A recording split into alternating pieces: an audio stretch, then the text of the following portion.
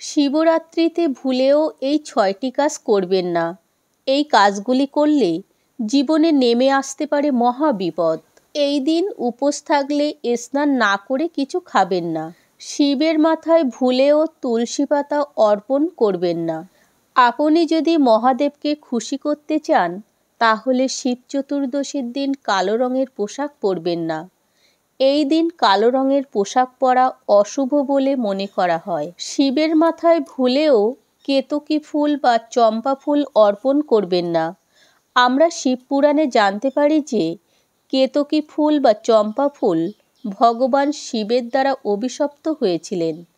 কেতকী ফুল সাদা হলেও শিবের মাথায় দেয়া উচিত নয়। শিবরাত্রিতে শিবের মাথায় 3 পাতার বেলপাতা অর্পণ করুন। ছেঁড়া বা ভাঙা বেলপাতা দেয়া উচিত নয়। শিবরাত্রিতে শিবলিঙ্গে কখনোই সিঁদুরের তিলক লাগাবেন না। মহাশিবরাত্রিতে আপনি ভোলানাথকে খুশি করতে চন্দনের টিকা দিতে পারেন।